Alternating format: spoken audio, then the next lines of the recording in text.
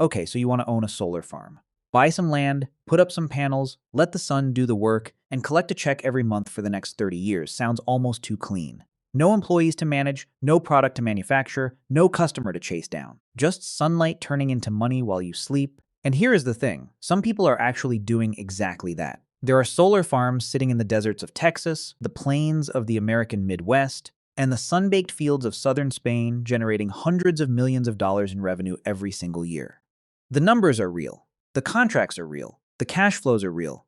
But for every solar farm generating those returns, there is another one that missed its bank payments 18 months after opening, got sold at a loss, or simply sat idle because the economics never actually worked out the way someone on a spreadsheet promised they would. The sun is free. Building a business around it is not. And the gap between those two facts is where fortunes are made and lost. Today, we are going to walk through exactly what it looks like from the inside. The real costs, the real risks, the real numbers. So that by the end of this, you understand what is actually happening every time you drive past one of those massive fields of glass and steel. Let us start with what a solar farm actually is, because most people have a blurry picture of it. When people say solar farm, they usually mean one of three things. The smallest version is rooftop solar. Panels on a house or commercial building, typically between 7 and 12 kilowatts of capacity. Not what we are talking about today. The middle version is a commercial system, maybe a warehouse covered in panels, producing a few hundred kilowatts up to 5 megawatts. Still not what we are talking about. The version we are here for is a utility-scale solar farm, and the scale difference is almost impossible to overstate. A utility-scale solar farm starts at 1 megawatt and goes up to 5,000 megawatts or more. A single 100 megawatt facility, which would be considered a mid-size project in today's market, covers somewhere between 600 and 1,000 acres of land. That is roughly the size of a small American town.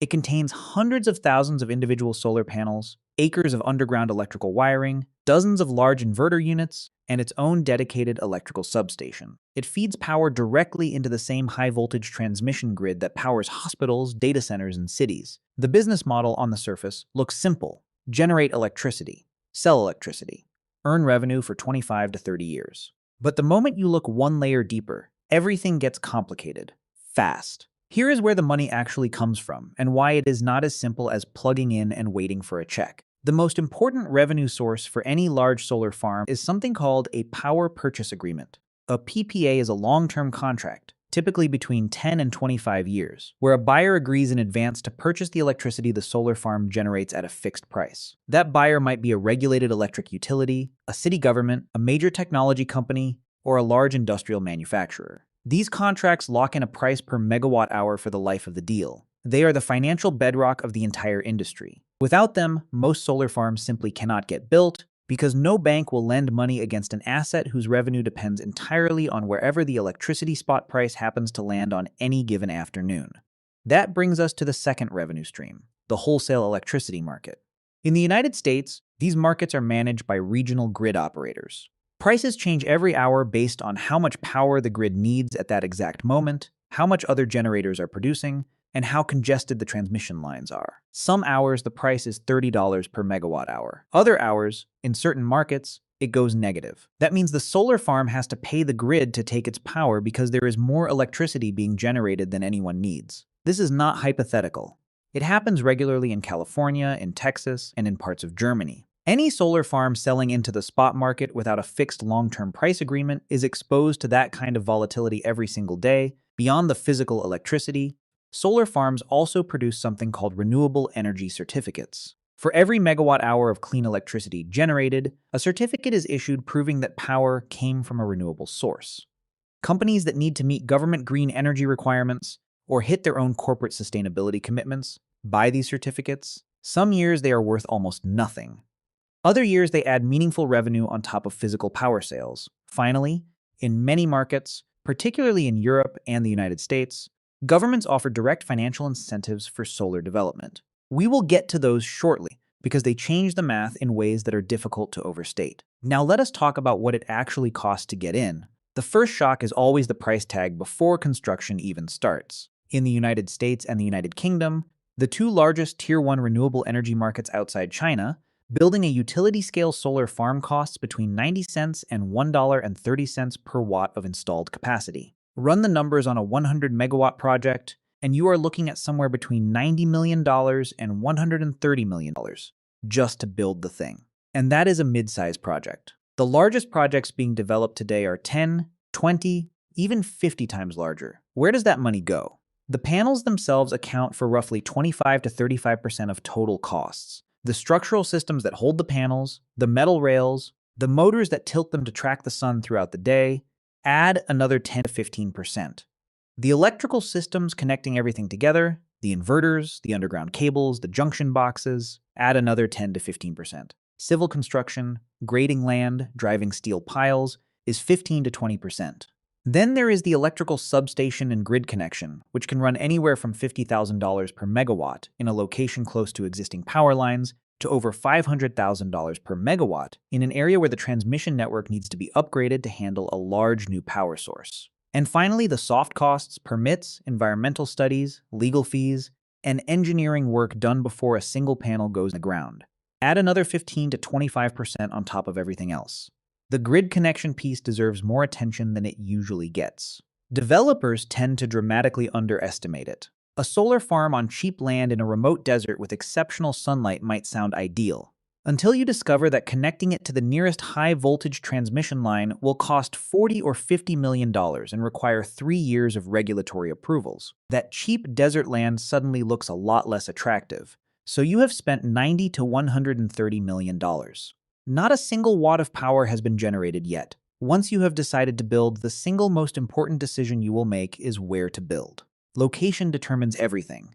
And not just because of sunlight. Yes, sunlight hours matter enormously.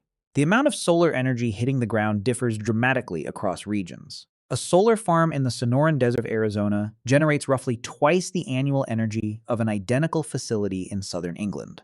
That difference translates directly into double the revenue and double the return on investment. But high temperatures actually hurt panel performance. Panels are rated at 25 degrees Celsius. For every degree above that, a standard panel loses approximately 0.35% of its efficiency. So a desert environment with peak irradiance and peak temperatures partially offsets the solar advantage through heat-induced losses.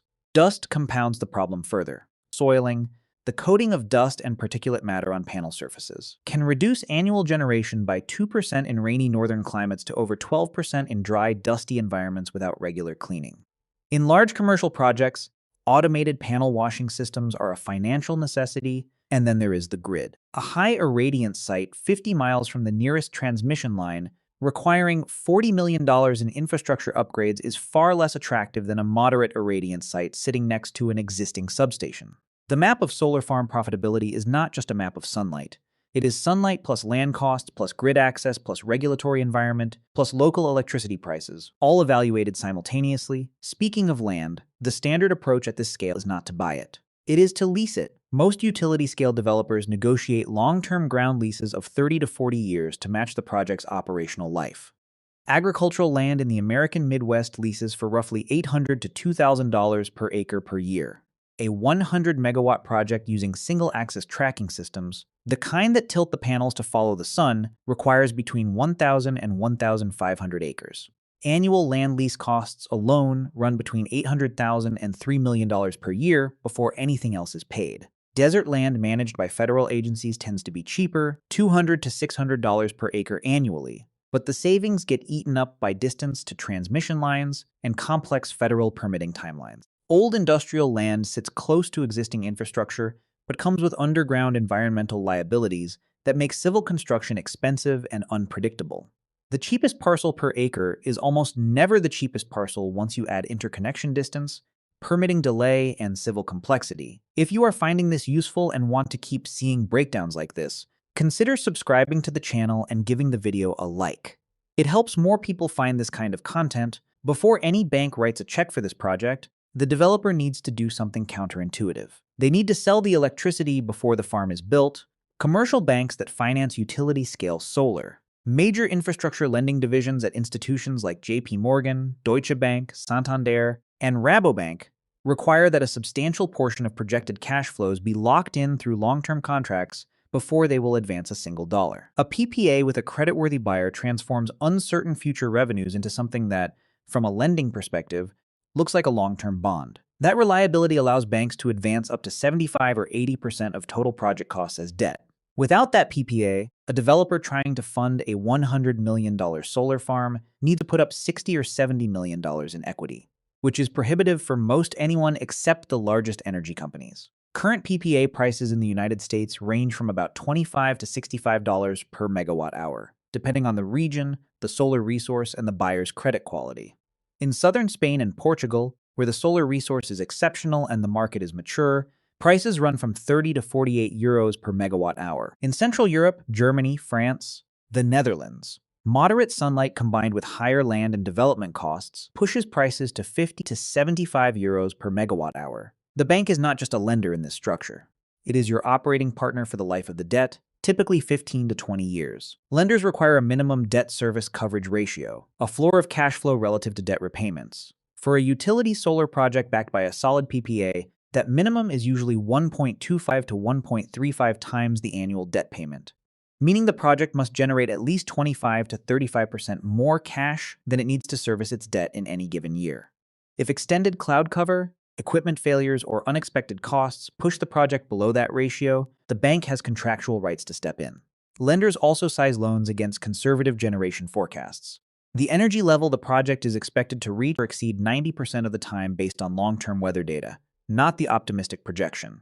Now, government policy. One decision can change the entire financial reality of a solar project almost overnight. In the United States, the Inflation Reduction Act, passed in 2022, represented the single largest transformation in solar economics in American history.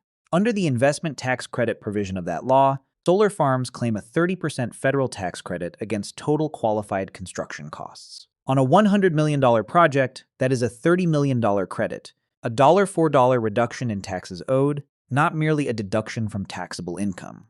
Layered on top are additional credits for using domestically manufactured components, for building in areas historically dependent on fossil fuel employment, and for projects serving lower-income communities. There is also a production-based option called the production tax credit, which pays approximately $27.50 per megawatt hour generated during the first 10 years of operation. For a 100 megawatt farm producing 160,000 megawatt hours per year, that is roughly $4.4 million per year in direct federal credits for a decade. Additionally, the IRS allows solar assets to be depreciated for tax purposes over 5 years, far faster than the physical asset actually wears out, sheltering enormous amounts of income in the early years when debt service is heaviest. In the United Kingdom, the government uses contracts for difference, long-term price guarantees where the government agrees to pay the difference if wholesale electricity prices fall below a guaranteed floor and recovers the excess if prices rise above it. These mechanisms provide a ceiling of certainty that allows projects to access lower-cost financing at higher leverage ratios. But here is the trap. One policy reversal, one unfavorable budget ruling, one shift in administration, and an entire tranche of project economics can become stranded. The solar industry is, in part, a policy industry. That is not a criticism. It is a structural fact every investor must understand before committing capital. Now the costs nobody mentions in the pitch deck. Operating a utility-scale solar farm looks passive from the outside. In practice, ongoing operating costs run between $12,000 and $20,000 per megawatt of capacity per year. Vegetation management is a real budget line. Uncut grass and brush growing beneath panels causes shading, which reduces output. It also creates fire risk. Mowing, herbicide treatment, and weed control contracts run $1,500 to $3,000 per acre annually across the full site. Property taxes and ground lease payments combined typically run $3,000 to $6,000 per megawatt per year. Insurance, covering physical damage from hail, wind, flooding, and equipment failure, adds another $1,500 to $3,000 per megawatt. Monitoring, regulatory compliance, and asset management services stack another $1,000 to $2,000 per megawatt annually on top of that. And then there are the inverters. These devices convert the direct current electricity generated by solar panels into alternating current for the grid. They are also the most likely component to fail and the most expensive to replace midlife. Central and string inverters have operational lifespans of 10 to 15 years. On a 25-year project, this means a full replacement event somewhere around year 12 or year 15. Developers must set aside cash reserves to fund this from day one, typically $1,500 to $2,500 per megawatt per year. Add it all up, and the fully loaded annual operating cost of a 100 megawatt solar farm sits between $1.2 million and $2 million per year, not counting extraordinary events. When do you get your money back? It depends on almost everything. The equity payback period for a well-structured project, solid PPA, meaningful tax credits, 75% debt leverage, strong solar resource is typically 8 to 12 years. Here is roughly what the math looks like. A 100 megawatt farm in a strong American Southwest location generates about 160 to 180,000 megawatt hours per year. At a PPA price of $45 per megawatt hour, gross revenue runs $7.2 to $8.1 million annually. Subtract operating costs of roughly $1.6 million and annual debt service on a $75 million loan at 5% interest, approximately $5.5 to $5.6 million, and the project generates net cash to equity of somewhere around $400,000 to $1 million per year after debt service in stabilized operations. The investment tax credit, monetized in year 1 or 2, returns $15 to $20 million to equity investors upfront, compressing the effective payback period significantly. The math looks okay. Now let us talk about what actually goes wrong. Most people assume the biggest threat to a solar farm is a storm. Hail-smashing panels, wind-toppling structures.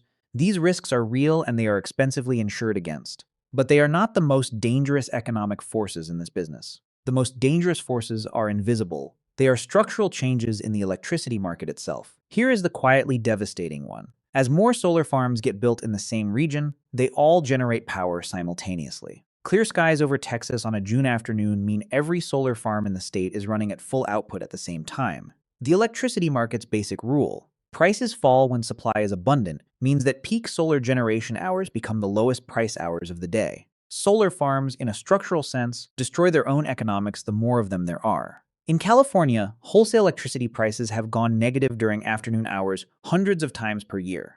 Texas is following rapidly. Germany has already experienced the same pattern. A solar farm with a fixed price PPA is insulated from this. A solar farm selling into the spot market is not. Rising interest rates are the second major structural threat. Solar farms are long-duration assets financed with long-duration debt. When central bank rates rise, as they did aggressively in the United States and Europe beginning in 2022, the cost of building a solar farm rises with them. A project that made financial sense at 4% interest can become economically marginal at 7%. Existing assets sold in a higher rate environment see their valuations compress because buyers now need higher returns to justify the same cash flows. There is also grid curtailment. When transmission lines become congested, grid operators can order solar farms to stop sending power even when the sun is shining. Revenue goes to zero without any reduction in debt service. In some markets, curtailment is compensated financially. In others, it is entirely the developer's loss, and then there is the night. Every solar farm stops producing electricity at sunset. The solution, now transforming solar economics, is co-locating battery energy storage directly at the solar site. Battery costs have fallen from over $1,000 per kilowatt hour in 2010 to approximately $192 per kilowatt hour in 2024, a decline of over 90% in 14 years. At that price, charging batteries during peak solar production hours and discharging during peak evening demand hours creates meaningful arbitrage. A solar farm in California with 4 hours battery storage can deliver power from noon through 9 in the evening, not just 10 in the morning to 4 in the afternoon. That changes the PPA conversation entirely, allowing developers to sign contracts at materially higher prices for what the market calls shaped or firm power. Bigger solar farms are also meaningfully cheaper to build, not just marginally. Building the interconnection substation that connects the facility to the high-voltage grid costs between $5 million and $15 million, regardless of whether the project is 10 megawatts or 200 megawatts. Spread that fixed cost across 10 megawatts, and you are adding up to $1.5 million per megawatt. Spread it across 200 megawatts, and that number falls below $75,000 per megawatt. That is a 20-to-1 difference from a single cost item. Panel and tracker manufacturers offer significant volume discounts for large orders. Civil construction becomes more efficient across contiguous multi-thousand-acre sites. Monitoring, security, and compliance costs remain largely fixed regardless of plant size. This is precisely why the utility-scale solar industry is dominated not by individual entrepreneurs but by large energy companies and institutional asset managers. The panels degrade slowly, which sounds reassuring until you model it over 30 years. Tier 1 monocrystalline silicon panels, the kind used in all serious commercial projects, degrade at roughly 0.5% per year. A farm operating in year 25 generates about 87.5% of what it generated on day 1. Premium panel warranties guarantee at least 80% of original output at year 25. Revenue declines gradually, not suddenly, but it must be modeled from the beginning. At the end of the initial project life, owners face two options: repowering, replacing degraded modules and aging inverters with newer technology while reusing the existing land lease and grid connection, is often cheaper than building a new project from scratch, because the most expensive and time-consuming elements are already in place. Decommissioning, removing all equipment and restoring the land, requires cash reserves that responsible project lenders require to be funded from day 1, so who actually owns these things? Rarely individuals. At utility scale, ownership has become the domain of institutional capital. Independent power producers, companies like NextEra Energy Resources, AES Clean Energy, and Clearway Energy, develop, build, own, and operate large solar portfolios, earning revenue through long-term PPAs. Infrastructure and private equity funds, Brookfield Asset Management, Global Infrastructure Partners, and Macquarie Asset Management buy operational solar assets after construction risk is retired. These assets generate stable, long-duration, inflation-indexed cash flow that match the liability profile of pension funds and insurance companies precisely. A pension fund with 30-year obligations to retirees needs 30-year inflation-indexed cash flows. A solar farm with a 25-year CPI-escalated PPA fits that need exactly. Can you participate without $100 million? Yes, through a few established paths. Community solar programs in the United States allow residents to subscribe to a share of a local small utility solar project and receive virtual credits that lower their monthly electricity bills. No land required, no capital at risk. Public market investment is equally accessible. Companies like Brookfield Renewable Partners and Clearway Energy are publicly traded, distributing contracted operating cash flows to shareholders as dividends. And digital platforms have emerged in both the United States and the United Kingdom, allowing accredited investors to take fractional equity positions in specific solar developments, sharing in net PPA cash flows from projects they could never fund individually. The reason institutional investors keep building more solar farms, despite the complexity, comes down to something straightforward. Long-term PPAs with creditworthy utilities and investment-grade corporations provide 15 to 20 years of cash flow visibility, extraordinarily rare in infrastructure investing. Unlike a natural gas plant, a solar farm has zero fuel costs, making its operating cost structure nearly entirely fixed and predictable. Many modern PPAs include annual inflation escalators of 1 to 3%, protecting real equity yields against macroeconomic inflation. And as global electrification accelerates, electric vehicles replacing gasoline cars, data centers consuming enormous power for artificial intelligence workloads, industrial heating shifting from gas to electric, total electricity demand is rising structurally in every major economy. More demand means more solar gets built, and existing contracted assets become more valuable over time. So, is a solar farm actually a gold mine? Here is the honest answer, with real numbers, under the optimistic case. A 100 megawatt project in the American Southwest with a $45 per megawatt hour PPA, a 30% investment tax credit, 75% debt financing at 5%, and a strong solar resource producing 165,000 megawatt hours per year. Gross annual revenue of roughly $7.4 million. Operating costs of $1.6 million. Debt service of approximately $5.5 million. Net cash flow to equity around $300,000 in stabilized years. Growing as debt principal is repaid, with $15 to $20 million returned to equity investors upfront through tax credit monetization. Total levered equity return over the project life, roughly 10 to 14% annually. Equity payback in 9 to 11 years, under the realistic scenario. The same project, but wholesale power prices in the region have declined due to solar overbuild, dropping the realized price from $45 to $38 per megawatt hour. A drought year reduces annual generation by 8% below forecast. An inverter failure in year 6 requires an unbudgeted $3 million emergency replacement. Rising interest rates at a refinancing date push borrowing costs higher than originally modeled. Net equity cash flow in bad years can turn negative. The levered equity return falls to 6 or 7%, below the threshold many infrastructure funds require to justify capital deployment. The difference between those two scenarios is not dramatic in any single factor. It is the accumulation of small variances, slightly less sun, slightly more cost, a slightly worse refinancing, that separates a very good investment from a mediocre one. The gap between a good year and a bad year can be $50 to $90 million at a large-scale project. That number is the entire story of this business in a single line. Before we close, If you want to go deeper into business economics and the financial mechanics behind large-scale investments, check out the detailed business guide linked in the description and pinned in the first comment below. It covers a lot of the core frameworks that apply well beyond solar. Useful reading if this kind of analysis interests you. Solar farms do not print money. They convert sunlight into long-term, predictable cash flows, but only when site selection, financing structure, PPA contracting, government policy, and operational execution all align at the same time. When they do, they are among the most durable income-generating assets available to institutional capital. When they do not, they are expensive, illiquid infrastructure sitting in a field, bleeding cash until someone restructures the debt or writes off the equity. The sun may be free, but every single thing that turns that sunlight into a dollar in your account costs something. And understanding exactly what those things cost, and when they cost more than expected, is the entire difference between the investors who build wealth in this business and the ones who lose it. If you enjoyed this video, please like it and subscribe to the channel if you have not already. Thanks for watching.